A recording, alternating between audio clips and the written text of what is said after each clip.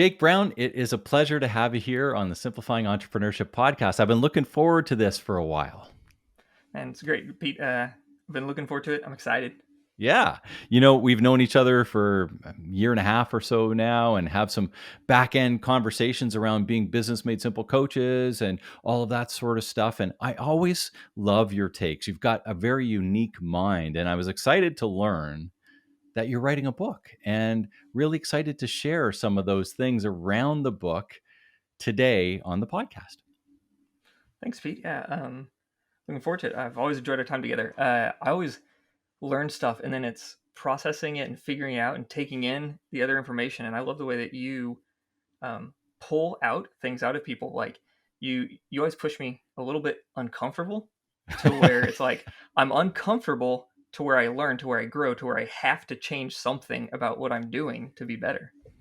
Thanks, man. And likewise, like I said, it just I think we have mutual respect, which is a really cool, For sure. cool thing. And Jake, I'm also in that boat, and that's another thing we share. We're both writing in the midst of when we're having this recording, writing books. But by the time this releases, you'll have yours released, and it's called LEADERSH, right? That's right. Yeah. Well, fill us in. Where does it start? Where did you get this idea for LEADERSH? Okay, so the first I got the idea from Bad Bosses, but the idea, like the actual title, came from I was sending an IM to a coworker, like to somebody that was my equal, and Yeah, I said, is this going to be another leadership training? yeah. But it was a typo. I actually typed it. I typed leadership and I hit send, and it was just so perfect because it was perfectly snarky, sarcastic, but I didn't mean for. Well, it might have been a Freudian slip. I don't know, but it happened, and that just kind of stuck with me. And what I did is I just started kind of looking back as I left there and launched out and started my own stuff, started my own company and helping people. One thing that I kept coming back to is there are a lot of people that just are stuck, and people are complaining about their jobs and all that, and it all came back to that boss. So I just started sharing some of the stories, trying to empathize and relate with them and help them know what I had done. And that has now become a book. It's a collection of stories on the front end, and then on the back end, it's the framework of how I would my journey through, and then how I would mentor people that worked for me, and kind of when I would do reviews and when I'd help people. And now as I'm coaching people, how do I help them look at it? How to help them process through? Yeah, I mean, that's a big thing, in my work too with entrepreneurs. Entrepreneurs typically don't have anybody to talk to about this stuff, right? Their wife or husband at home or partner doesn't want to hear about it anymore. Their friends typically don't know what they're talking about because they Yeah, aren't entrepreneurs, right? And your team at work is not always as sort of, let's say, open with you as you would like, because even though you have an open door policy and you want everything to be brought up, you still pay them and they still have yeah. some sort of You're still the boss. reservations, right? So like, who do they talk to, and that sort of stuff. And I think that's an interesting thing too around this conversation here today about how we can be better bosses and who do we talk to and go to stuff Yeah. with, all of that sort of thing. And one of the things that you hit on me earlier was this idea of, you created this because of a bad boss. And who was the worst boss you've ever had, Jake? Yeah, so I've had some really, really great bosses I could talk about, but to be honest, when I went out on my own, um, I was the worst boss I've ever had.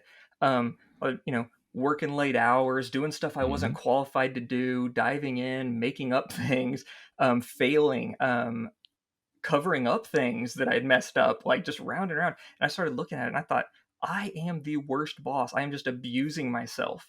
And from that point, I just kind of went back and said, what would I do?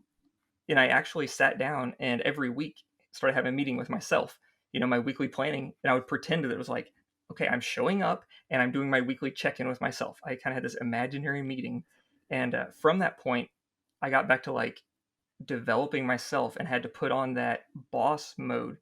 And then what I've since done is I have people around me, other Yeah, entrepreneurs, other bosses, kind of create this council where we're holding each other accountable, for sure. because we need somebody to hold that accountability. And what Yeah. I found is, so I have a coach that works with me. I have other people that hold me accountable, And that's what I've been doing for my clients is a lot of times they rise up and they're just abusing themselves, and they do it in the name of taking care of the people or Yeah. growing the business. They always have this great altruistic reason of why they're ruining their life for their business. And you just, it's fun to step in and help them just back up and just have a little bit of fun with it again. Like, remember, this thing used to be fun. Let's get back to that. So, I remember, Jake, we were chatting. This is when we first met each other. I think we were chatting a little bit about this idea of putting your modem on a timer yeah. and how that would change behavior around working these crazy hours and stuff. Yeah, I think you mentioned it on Clubhouse, and I was like, "That's a great idea." And Yeah. like the next week, like I grabbed one out of the garage and I did it, and man, it was frustrating, but like it was very obvious how much I was taking advantage of myself and even my wife, like the time that we could have together. Um, Mhm. yeah, just those little things. Like I said, that you challenged me. You'd say something weird like get a Christmas timer and put your modem on it. I'm like, that's weird. And I tried it, and I was like, oh wow, I didn't realize how far out of bounds I had taken myself until I did that, and then it was like, oh, regain, get it back in control, and what do I need to be doing, and when does it need to happen? So, And when we flip that to leadership, and being a leader in your organization, and actually, flipping it to leadership, it's an interesting thing because, especially over the last couple of years, how much are you, as the listener and leader of your business, expecting of your team and asking them to do this sort of thing and asking them to be working continuously and asking them to go out of the way because maybe for a little while that's what was happening because we weren't used to working the way we're currently working and all this other stuff. But you know maybe it's time to do a little reset on your leadership in order to see, if you're abusing it for yourself, it's one thing, but if you're abusing the relationship with your team, that's going to be detrimental to the business. yeah, for sure. It's, even at the end of the book, I talk about the framework that I put in, and I call it WIPE. Yeah. It talks about the four different classifications of people. I call them winners, interns, prisoners, and experts.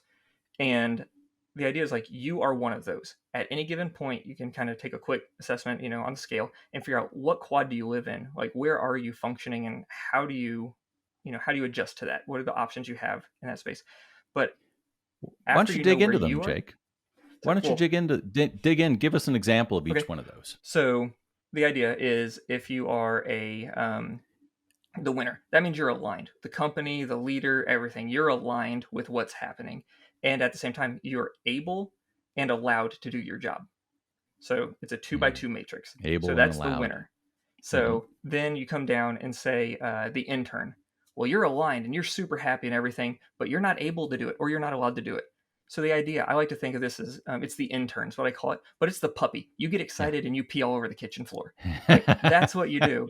And the problem with the intern is they really have to become a super fan and fan the flames of the leader's ego, or they're really they got the crosshairs on their back because when something goes wrong, they're going to get thrown under the bus. You just have to be careful and know that that's where you are, and you can make choices to to grow from that point. Because if you become able or good at your job, then you can rise into that winner space. Like that's a point where you're the team player and you're pulling people with you. Um, or if something happens and you shift down into prisoner mode, like if you get thrown under the bus, now you're a prisoner. That's what Yeah. happens there. You get pushed there, or just leave. If you get to the point where you're like, I can't get better, I'm not allowed to get better. There's always the option to jump ship, find another cause that you can be a part of and move forward. Now, if you're leading the company, that may not be possible. It's always possible. It may not be the best idea, Yeah. but I like to say, look for yourself, wipe yourself, and then if you're in a leadership position, think of your people. Where are they? Wipe Yeah. them. It's just like being a parent. You got a little kid that's potty training. Sometimes you got to wipe them. Just go Yeah. through where are they? Place them on that scale. And I used to do this during reviews. When I would have an employee and I'd be doing the review, I'd figure out where are they, and I'd talk to them about it. Here are your options. Yeah. This is how we can move forward, get you out of this, stuck in this space. But the thing is, you have to be self-aware of where you are, and then when you're talking with other people, they have to be the one who make the choice. You can't drag them. somewhere else. And that was a big lesson I had to learn. Yeah. And then with your wipe sort of model, you can overlay the whole model onto any person, right? Whether Yeah, any for person in sure. the organization, and just use it as a regular sort of ongoing thing. What do you suggest? Once every quarter, are you doing that, or sort of every year? Or it's sort of a conversation that you want to have with them, aligning them with the actual sort of which one they are, and Right. then how do you take them to the next area? Like, do you have the conversation around, okay, you're here, where do you want to be, and how are we going to get you there? Is that sort of the transition? Yeah. So the idea with the white frame, everybody needs to be in winter. That's where they need to be heading. That's the direction. Um, and I think you have to be doing it at least quarterly. Cool. I think a year's way too long to Cool. hang on. You have to assess. I think quarterly is good. I think monthly is a bit much because you don't have a lot of time to get traction to get habit in. I think you should Yeah. have conversations monthly for sure, but you're kind of reassessing, quarterly for sure. Um, but the idea is everybody should be moving toward winter, but there are different paths to get there. Um, and I say there's basically three options in each quadrant. But as you're moving through and I'm talking to other people, I don't really ask where they want to be. Okay. I always say, what does it take us to get to winter? And sometimes, like, Nice. say you're a prisoner. From prisoner, you would either have to slide into intern, then winter, or you slide to expert, then winter. And I'm like, okay, we're going toward winter. Are you going to align with us or are you going to increase your skill first? Yeah. Like, which one are you going to do? And then I make them tell me what that is going to be. And I say, okay, will that get us the results that we want? Because it's really, this whole process was about me having a bad boss that wasn't investing in me. And I found out how to invest and start to grow kind of self discipline and then find people around me that I could almost have virtual mentors and move through the system myself. And then what I've done is I've pushed this back on people who've worked for me, where it's like, I'm going to stand in front of you and show you the path, but you are the one who has to take every step along the way. Um, because that's how I learned and it worked for me. And I've now left, and other people have taken this system and they're training people below them. So I'm like, well, we're on to something here. Yeah. And it's Awesome. pretty simple. Like I said, it's a 2x2 grid. Um, Yeah. Jake, you said, and I've had the opportunity to read a couple of the stories, and I know you have so many great stories in your book. But the one that sort of you just alluded to about how your journey around there, which is chapter one, why don't you give us a little taste of that story, and get them into the book a little bit, and why you came up yeah, with that? sounds good. So the first, 20 chapters are a little bit memoir. They are snapshots of things that happened. The names are, changed to protect the innocent and guilty. Um, and as you're going through, it talks about me walking in on my first day at this agency. And so I walk in and I meet a guy and he introduced himself as Huck. And then I said, "Hey, I'm the new guy. I'm here. Is the boss here?" "Oh, the boss isn't here today. He was actually out golfing." And I'm like, "Oh, that's nice. What do I do? It's my first day." He said, "I don't know." So he asks another guy, and they don't know what to do with me. So he walks off, and they come back, and they tell me to read a binder. And that's it. That's what I did, honestly, for the first week. Is I sat at a desk and read a binder. And it's just this really quiet, stale, headphones on, people aren't talking, very uncomfortable, robotic place. And I am an Enneagram 7. I'm an extrovert. I need to engage with people. Yeah. So I noticed the one place that people are engaging and actually smiling is like in the kitchen. So at lunch, and people are refilling the water. So I'm popping up to go hang out with them and try to interact with them any way I can. And then it just kind of went from there out into the hallway. And one day, this guy's coming out, and in the book, his name's Huck. And he comes out of the bathroom, and I'm walking to the bathroom, and I just point at him, like, little kids shoot a gun. And he covers his heart and hits the wall. And I'm, from there, it's just like a little kid in me just like erupts. And we created this game that when you see somebody in the hallway or the elevator, you attack them. Like, it's a hallway assassin is what we named it. Yeah, And the we're just hallway yeah, assassin. for 2 years we go on, and we're just like in the office, we're machines in the office, but then we come to life in the hallway. It's so fun. And then it goes down to the parking garage and all over the place. But I mean, there's like dart guns, and we got, you know giant squids and krakens dragging people out, and down to Davy Jones' locker. So it's pretty fun to hear how that all unfolds and everything. But really, at the end of that chapter, the thing that I really noticed, because I did end up getting caught one day in the hallway, which is funny. It's in the story. I get caught, but as that all wraps up, I realize that like we've resulted to like playing in the hallway and pretending to kill each other just so that we can know each other, so that we can overlap and have that connection. Yeah. Um, and that was one of the first things that in my mind I thought, um, this isn't right. Like the leader is like crushing the spirit and the culture in this environment. So yeah, that's a quick rundown of the story. I think it's Yeah, I written love better than that. I just told it, but Yeah. It's a great story, and I mean, I just love the way you crafted into the story. So I thought it was fun. I wanted to share it here too, and it overlaps one of the sort of my um, frameworks around people at work want clarity, confidence, and community. And that's this thing around building the right community, right, Jake? This whole story is that's around right. this community. And it's an important part of leadership is building the right community for your team so that it can be successful and grow, and so can your business and so can you as a leader.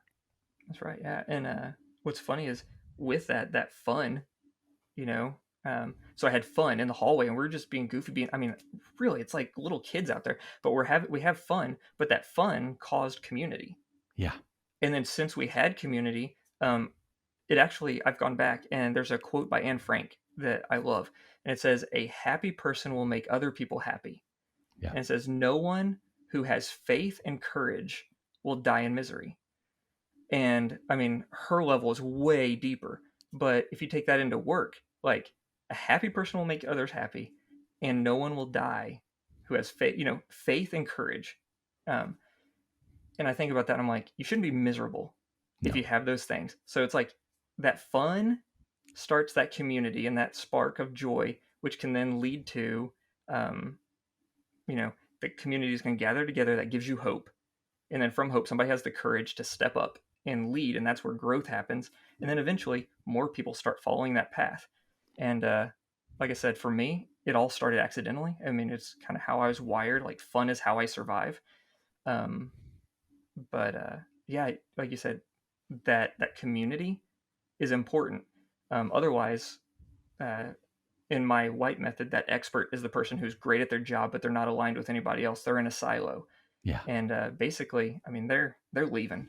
There's Yep. no reason to be there, and it is very lonely in that quad. Yeah.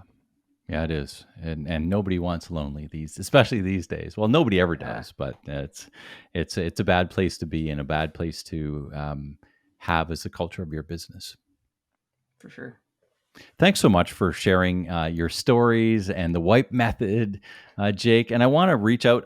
You've recently released the book, so I want everybody to know how they can get a hold of a copy and how they can get a hold of you. Yeah, for sure. You can either reach me and learn more about the book. Get the book. It's at leadershipthebook.com. Awesome. And if people are looking to get a hold of you socially, where's the best platform for them to reach you there? Yeah, you can find me on LinkedIn. Awesome. Jake Brown, right? On LinkedIn. Yep, you search for Jake Brown. I'm the one with the red beard. Sweet. Yeah, I used to have one. Now it's white. Hey, Thanks so much, Jake. It's been a pleasure. it's been a blast, Pete. All right, man. Talk to you soon.